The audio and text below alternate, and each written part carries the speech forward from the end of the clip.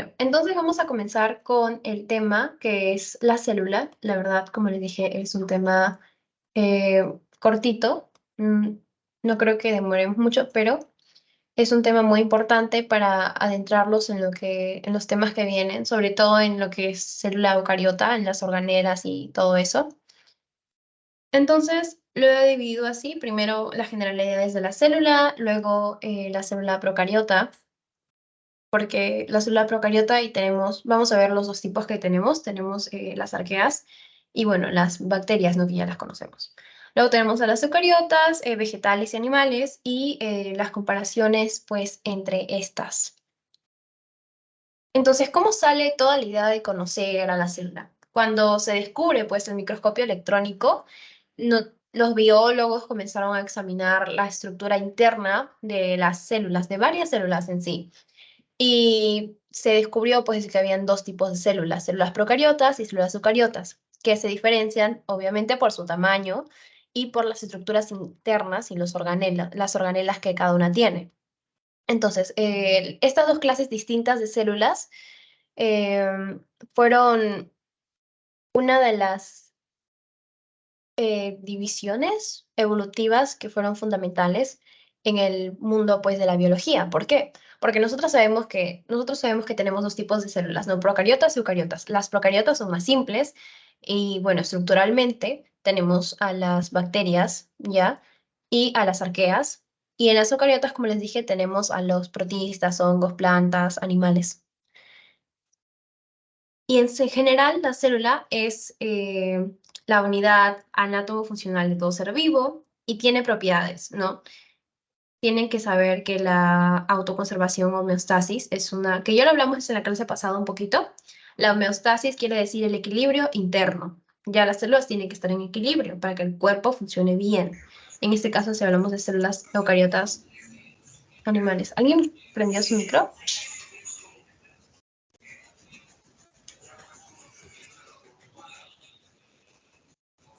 Creo que fue por un error. Ok, bueno, entonces, seguimos. Como les dije, la célula en este caso, pues, se caracteriza porque es muy chiquita y tiene la capacidad de homeostasis, que es el equilibrio celular. ¿Se acuerdan que hablamos del medio interno, que es el líquido extracelular? Y bueno, todo eso, ¿no? También tiene la capacidad de autorreproducirse. Ya las células eucariotas hablamos de mitosis y meiosis. Cuando hablamos de procariotas hablamos de fisión binaria. Es la mínima expresión de todo ser vivo y podemos ver organismos unicelulares o pluricelulares. Ahora, cuando hablamos de células procariotas, las células procariotas son mucho más simples, ¿ya? Porque no tienen esta complejidad de estructural como las células eucariotas. Si bien tienen una pared celular, ya esta pared celular no es tan fuerte. Tienen esta pared que está constituida por peptidoglucano con más ácidos orgánicos, una membrana plasmática que tiene una permeabilidad selectiva, al igual que las células eucariotas, un nucleoide o núcleo primitivo, que es bastante rudimentario, y podemos ver acá que también tiene el citoplasma, ¿no? Al igual que las células eucariotas, que básicamente degrada los metabolitos que incorpora la bacteria, ¿no? Y concentra pues la mayoría de las enzimas líticas que intervienen en la degradación, ya sea aerobia o anaerobia, sin oxígeno, de alimentos. Aparte también tiene ribosomas, ¿ya? Ribosomas que están en forma libre o también pueden estar agrupados en los polisomas y participan en la síntesis de proteínas. Polisomas. Vemos acá este flagelo, que es la locomoción de la bacteria, ¿ya?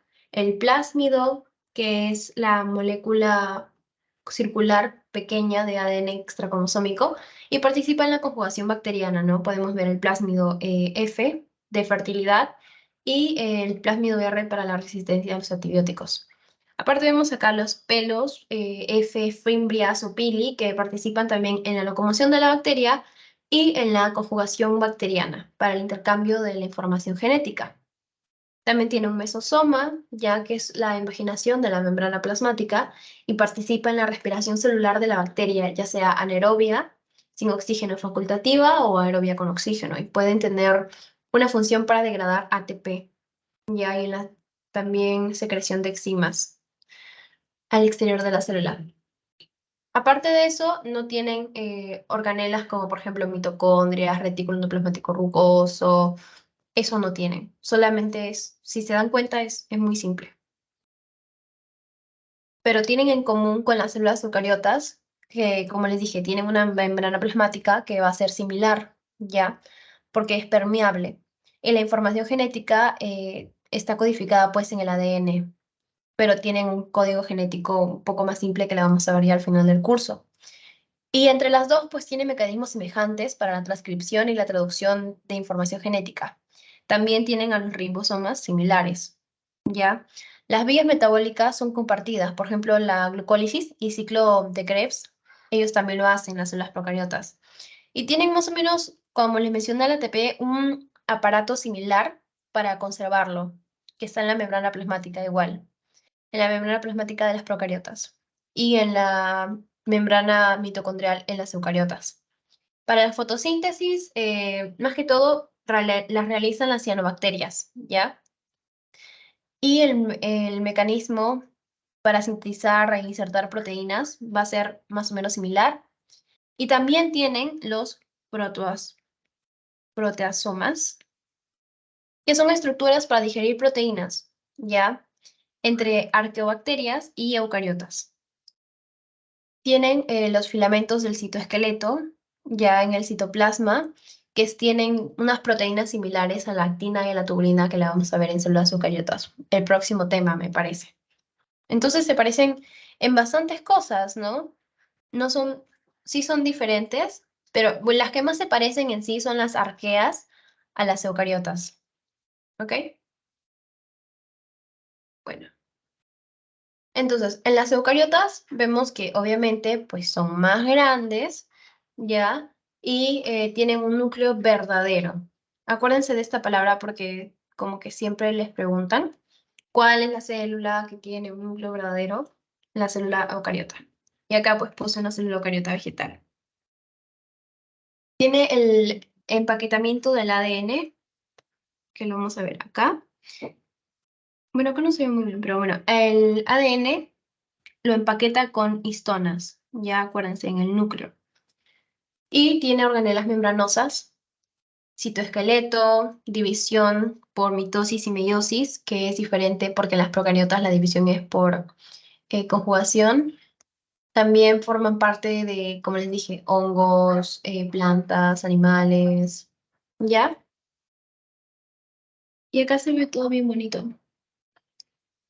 Entonces, el sistema de endomembranas de las células eucariotas se va a componer básicamente de una membrana, el retículo endoplasmático, el aparato de Golgi, los lisosomas, vacuolas y una membrana plasmática, ¿no? Y hay una continuidad entre estas membranas.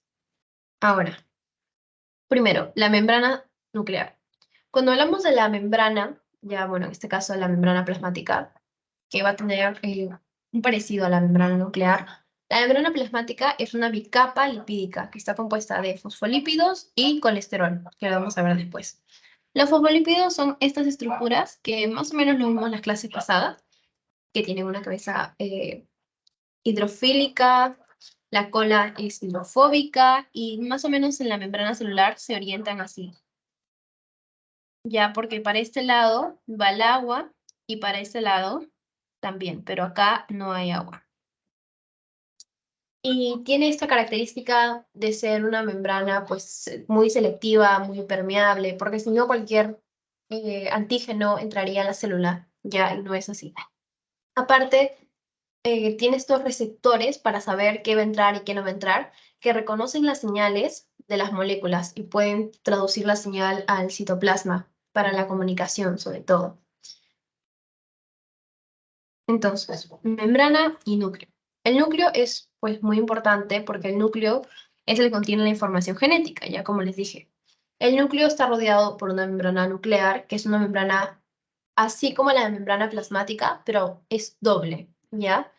Y tiene poros. En estos poros pasan las moléculas que van al núcleo, ya desde el núcleo al citoplasma y, bueno, del citoplasma al núcleo.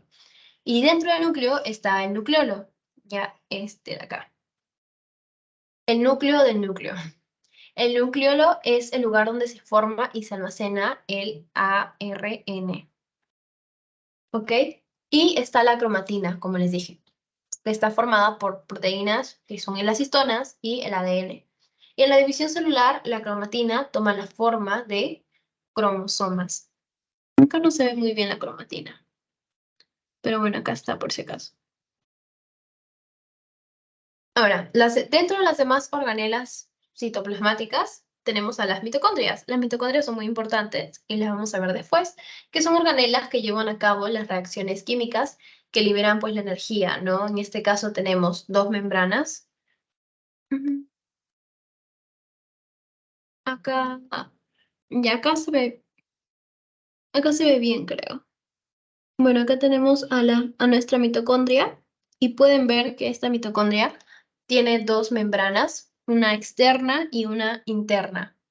La interna son las crestas mitocondriales, ya que son así, y la externa pues es esta de acá, ¿no?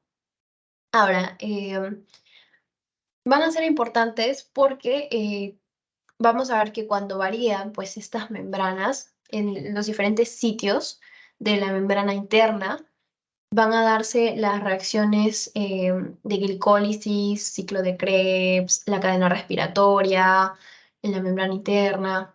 Entonces, eso lo vamos a ver más adelante, pero esa es la importancia, ¿no? Y estas son las que producen ATP. El ATP es la energía, es para que la célula pueda sobrevivir. Si la célula no tiene ATP, pues se muere. Y después vamos a ver cómo se muere. Apoptosis, necrosis, necroptosis, todo eso. ¿Ok? Bueno, entonces, aparte de estas dos, tenemos el retículo endoplasmático, ¿ya? Acá podemos ver el retículo endoplasmático rugoso, que es esta partecita de acá.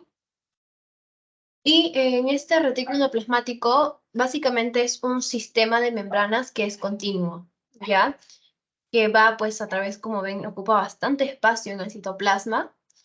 Y tenemos rugoso, que es para la síntesis de proteínas integrales de membrana, y el liso, que es para la síntesis de lípidos. ¿Ok? Y ven acá, ¿quiénes están en el retículo endoplasmático rugoso? Los ribosomas, porque ellos sintetizan las proteínas. Ahora, este de acá es el complejo de Golgi. El complejo o aparato de Golgi es el lugar donde se preparan los materiales que van a ser liberados de la célula hacia el espacio intracelular por la secreción. ¿Ok? Y las proteínas y los lípidos que se sintetizan en el retículo endoplasmático llegan para ser concentrados acá. Entonces, esa es su importancia básicamente, la secreción. Los ribosomas, en cambio, ya que acá están todos estos puntitos azules son los ribosomas, son estructuras globulares y los ribosomas no tienen membrana, que están formados por proteínas asociadas al ARN ribosomal. ¿Ok? Y estos lisosomas van a tener importancia sobre todo para la síntesis, como les dije, de proteínas. Vamos a ver cómo pueden hacer que estas proteínas, porque los ribosomas si bien sintetizan proteínas, estas proteínas no siempre están bien plegadas. ¿Qué quiere decir bien plegadas? Que haya pasado por un proceso de glucosilación, que hayan pasado por chaperonas. Entonces, ¿qué pasa si una proteína está mal plegada? No se tiene que destruir, porque si no se destruye, pues básicamente va a causar a la célula mucho daño, o sea, podría llevar, si hay bastantes proteínas mal plegadas, podría llevarla a hacer apoptosis, a hacer la muerte. ¿Y quién se encarga de plegar las proteínas? El complejo, bueno, de degradar las proteínas si están mal plegadas, el complejo biquitín proteasoma. Y también lo vamos a ver más adelante, pero igual se los quería mencionar. Aparte de esto, tenemos acá a los lisosomas. Estos de acá. Los lisosomas tienen enzimas digestivas para degradar las moléculas. Participan, por ejemplo, en la fagocitosis. ¿Ok? Porque, ¿qué pasa? acá tenemos nuestra célula, ¿ya? Y todo está en orden. Hemos dicho que la célula mantiene un proceso de homeostasis, de equilibrio. Pero ¿qué pasa si entra una bacteria, por ejemplo? Una bacteria. Si quiere entrar a la célula, a veces va a poder entrar. Y cuando entra, quien se encarga de degradarla son los lisosomas. Porque estos van a ir automáticamente a atacar a la bacteria, a degradarla. Y para esto utilizan diferentes enzimas, ¿no? Las nucleasas, lipasas, proteasas, todo eso. ¿Y cómo se forman los lisosomas? Bueno, también lo vamos a ver más adelante, pero hemos dicho, que, por ejemplo, que el complejo de Golgi se encarga de la secreción, ¿ya? Y el retículo endoplasmático rugoso de la síntesis de proteínas. Pero esa no es la única función. El retículo endoplasmático rugoso sintetiza vesículas. Estas vesículas, ¿ya? Van a ir al aparato de Golgi. Y cuando van al aparato de Golgi, como él va a secretar, ya, él secreta a los lisosomas, ¿ok? Secreta a estos lisosomas, que cuando, por ejemplo, entra alguna bacteria y la fagocita y la envuelve en una vacuola, que generalmente está envuelta por la proteína clatrina, los lisosomas pues degradan a esta bacteria, ¿ya? Y no solamente es para bacterias. Por ejemplo, si hay una mitocondria que está funcionando mal, porque al ser una organela muy importante para el ATP, las mitocondrias no pueden darse el lujo de funcionar mal. Y si funciona mal, va a pasar un proceso de autofagia. ¿Qué es la autofagia? Bueno, la autofagia, auto, entonces fago, comer, comerse a sí mismo. En este caso, degradarse a sí mismo. La célula está inteligente, que si algo no le sirve, lo va a reciclar. El cuerpo humano es muy tacaño, por así decirlo, no le gusta desperdiciar. Entonces, si esta mitocondria está funcionando mal, lo que va a pasar es que este lisosoma también va a degradar a las propias organelas de la célula. O sea, no solamente degrada lo que entra, lo que es malo, sino también lo que funciona, lo que está dentro de la célula y ya no funciona bien. Lo degrada por este proceso de autofagia, ¿ok? Y cuando lo degrada, las partes de la mitocondria que se pueden volver a utilizar pasan por un proceso de reciclaje y se vuelve a utilizar. ¿Ok? Entonces, ya vemos esto, secreción, retículo plasmático, lo que les dije que son continuas, respiración celular, no solamente respiración celular, porque claro, está la cadena respiratoria, pero también tenemos al ciclo de Krebs para el ATP y a la glicólisis o glucólisis para el ATP. ¿Ok? Y bueno, acá otra imagen. Esto es lo que decían los fosfolípidos de la membrana celular. Estos son fosfolípidos, ¿ok? Y siempre tienen que acordarse, la cabecita está cerca al agua. Las colas son impermeables al agua. ¿Y dónde está el colesterol? Porque hemos visto que la membrana plasmática está formada por colesterol. Yo no veo acá el colesterol, Cindy, no se ve, pero ahí está. Porque entre cada fosfolípido hay una molécula de colesterol, que se ve algo así. ¿Ok? Y como hemos visto el núcleo, donde está el material genético, ¿ya? Especialmente el nucleolo, donde está el ARN. Vemos como el retículo endoplasmático rugoso y liso, ¿no? Cuando vemos de rugoso, genera proteínas. Cuando hablamos de liso, genera lípidos, ¿ya? Esteroides. El citosol, las mitocondrias, energía, la respiración aeróbica. ¿Se acuerdan que vimos cómo se generaron las mitocondrias por la teoría endosimbiótica? Endosimbiótica. Lo vimos en la primera clase. Biótica. Acuérdense que la mitocondria siempre tiene una respiración aeróbica, ¿ya? Que quema la glucosa, por así decirlo. Y bueno, los peroxisomas, el aparato de Golgi que les dije que es para la secreción, empaqueta las proteínas, ¿ya? Los lípidos, hormonas en vesículas, saca también al lisosoma y el citoesqueleto que lo vamos a ver, que le da la estabilidad estructural, a la célula. Por eso le dicen citoesqueleto, como el esqueleto de la célula. Y este citoesqueleto está formado pues por microtúbulos, filamentos y filamentos intermedios, que también lo vamos a ver la próxima clase. Los microtúbulos están formados por la proteína tubulina, ¿ya? De hecho, tenemos los microtúbulos son algo así, ¿ya? Disculpen que no se vea muy bonito. No, nunca fui muy hábil dibujando, pero bueno. Acá tenemos alfa y beta tubulina.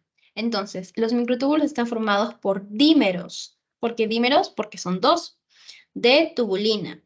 Y esta proteína tubulina es una proteína globular. ¿Se acuerdan que estábamos viendo proteínas en la clase pasada? Es una proteína globular. Y esto es pregunta de examen. Así que anótenlo. Y por ejemplo, esta hilera es un protofilamento, ¿ya? Así se llama. Entonces, tenemos el dímero de alfa y beta tubulina y, bueno, los microtúbulos que están así. Estos son los protofilamentos que se van a unir y son muy importantes. Mantienen la forma de la célula, forman cilios y flagelos, que lo vamos a ver un poquito más del próximo tema, y mueven los cromosomas. Ahora, esto es en la división celular, en la mitosis. ¿Por qué? Porque forman el uso mitótico, ¿ok? Forman el uso mitótico. Luego tenemos a los microfilamentos. Los microfilamentos, en este caso, están formados por actina, básicamente. Y como es actina, ustedes acuérdense, actina, miosina, contracción muscular. Contracción siempre. Y forman el surco de segmentación. ¿Ok? También participan en la formación de pseudópodos, ¿ya? Y esto es en la división celular. Aparte de eso, los filamentos intermedios, acá acuérdense siempre, queratina, ¿ya? Básicamente. La queratina la tenemos en las uñas, en el pelo, y no es que las uñas se nos rompan a cada rato o el pelo se nos caiga, ¿no? O sea, o que se rompa así fácilmente, no. Es muy resistente, ya tiene mucha resistencia a la tensión. ¿Y qué es lo que hacen? Anclan el núcleo a los organelos en un sitio particular. Forman la lámina nuclear, que ayuda a mantener la forma del núcleo. La lámina nuclear, por si acaso, es básicamente algo así como el esqueleto del núcleo. ¿Ok? Entonces todo esto lo vamos a ver un poco más, pero quería que lo sepan. Acuérdense sobre el uso mitótico, sobre todo. Ya el uso mitótico permite pues, que cada célula hija reciba una matriz equivalente de material genético. En las procariotas no existe uso mitótico para separar las copias del genoma, por si acaso, solamente es en eucariotas. ¿Ya? Y este uso mitótico está constituido principalmente de microtúbulos. Ok. Entonces, en células vegetales. En células vegetales nosotros vamos a ver, esta es la primera que les puse. Tenemos vacuolas, ya estas de acá, que son burbujas llenas de agua o material alimenticio de reserva. Y plastidios, que tenemos cromoplastidios, cloroplastos y leucoplastos. Cuando hablamos de cromoplastos, perdón, se caracterizan por poseer estos pigmentos como el amarillo o el anaranjado, y de ellos depende el color de las flores y los frutos, ¿ok? Y el cloroplasto producen el pigmento verde de las plantas, que es la clorofila. En la fotosíntesis. Participan en la fotosíntesis y capturan energía proveniente del sol. Participan en la fotosíntesis en la fase luminosa, porque acuérdense que la fotosíntesis tiene dos fases, fase oscura, el ciclo de Calvin, fase luminosa. Acuérdense, la fase oscura es en el estroma, la fase luminosa son en los cloroplastos. ¿Ya? Y luego tenemos a los leucoplastos, que son incoloros. Almacenan básicamente almidón y otros materiales de reserva. ¿no? Ya hablamos del almidón la clase pasada. Ahora, esta tablita de acá que me encanta. En esta tablita vamos a ver las diferencias entre cada uno. Cuando hablamos sobre, por ejemplo, la membrana nuclear que les dije al inicio, en eucariotas tiene membrana nuclear, tiene una doble membrana, ya, por si acaso, tiene una doble membrana, el núcleo. En cambio, las procariotas no tienen membrana nuclear. El ADN está ahí suelto, andando por todo el citoplasma. El ADN es el que está combinado con proteínas, histonas, pero acá no, es desnudo. Los cromosomas son múltiples, el procariota solamente tiene un cromosoma. Y la división celular, como les dije, fisión binaria. En las eucariotas, mitosis o meiosis, que lo vamos a ver después. En las mitocondrias, acá hay, acá no hay. Tampoco hay cloroplastos, por si acaso. Y los cloroplastos están en células vegetales, ¿no? Como les dije. Los ribosomas tienen una subunidad, esto es pregunta de examen, 80S, y en los procariotas es 70S. La pared celular, acá es por mureína, acá es por celulosa. Y los nucleolos, acá obviamente, si no hay núcleo, menos va a haber nucleolo, ¿ya? Y retículo endoplasmático tampoco, como les dije, no tiene retículo endoplasmático, no tiene mitocondria, ya no tiene lisosomas, nada de eso. Y para mover a las eucariotas, cilios y flagelos. Y los cilios y flagelos, ¿por qué están conformados por microtúbulos? ¿Ya? Que lo acabamos de ver acá. Lo que les dibujé, esta cosita de acá. Estos son los microtúbulos. Estos forman los cilios y los flagelos.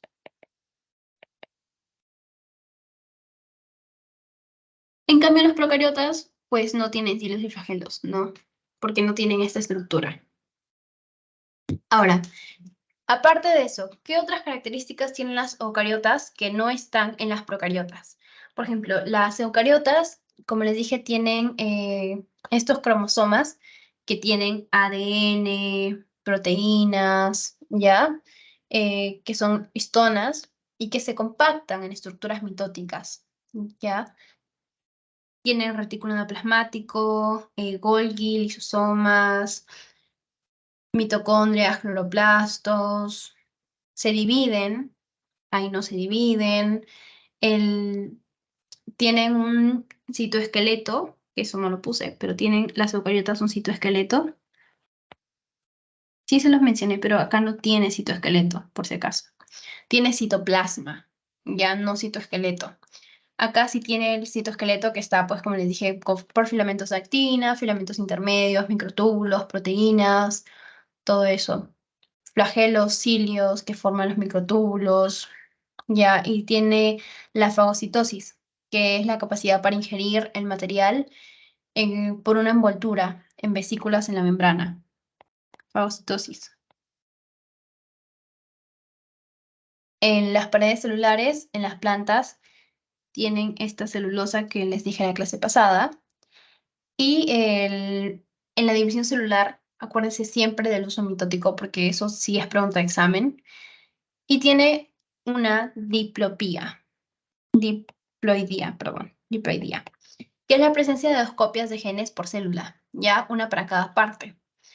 Y tiene 3 enzimas sintetizadoras de ARN, ya que son las ARN polimerasas. ARN polimerasa 1, ARN polimerasa 2, ARN polimerasa 3. Y tiene como, esto es una reproducción sexual, ¿ya? Que requiere de meiosis y de fecundación. Acá no, tiene una reproducción asexual, de fisión binaria. ¿Ok? Acuérdense de esas partecitas que siempre vienen. Y bueno, hay organismos unicelulares y pluricelulares. Los unicelulares, todas las funciones vitales son desarrolladas por una célula, como le dice su nombre, ¿no? Los procariotas, algunos protistas y levaduras. Los pluricelulares como todos nosotros, un conjunto de células originadas por la proliferación de una primera célula. ¿Ok? Hasta aquí, chicos, ¿tienen alguna preguntita? Si está todo claro, me dejan un corazoncito.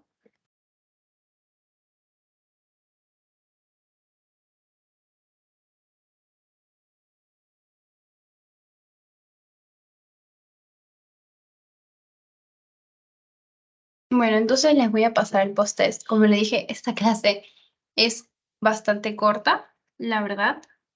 Solo es como una introducción a lo que vamos a ver, porque si se dan cuenta, en este caso presentamos a todas las organelas que vamos a ver. Hay un tema de mitocondria, hay un tema de núcleo, hay un tema del retículo enzimático rugoso, con Golgi, hay un tema de lisosomas, hay un tema de membrana. Entonces, todo lo que hemos mencionado lo vamos a ver más adelante. Si algo no les quedó claro, cualquier cosa me puede escribir también.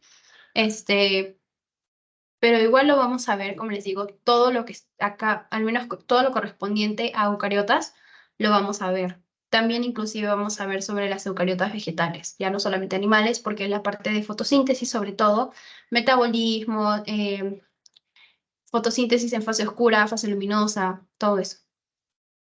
Entonces, si está todo claro, les voy a pasar el post-test.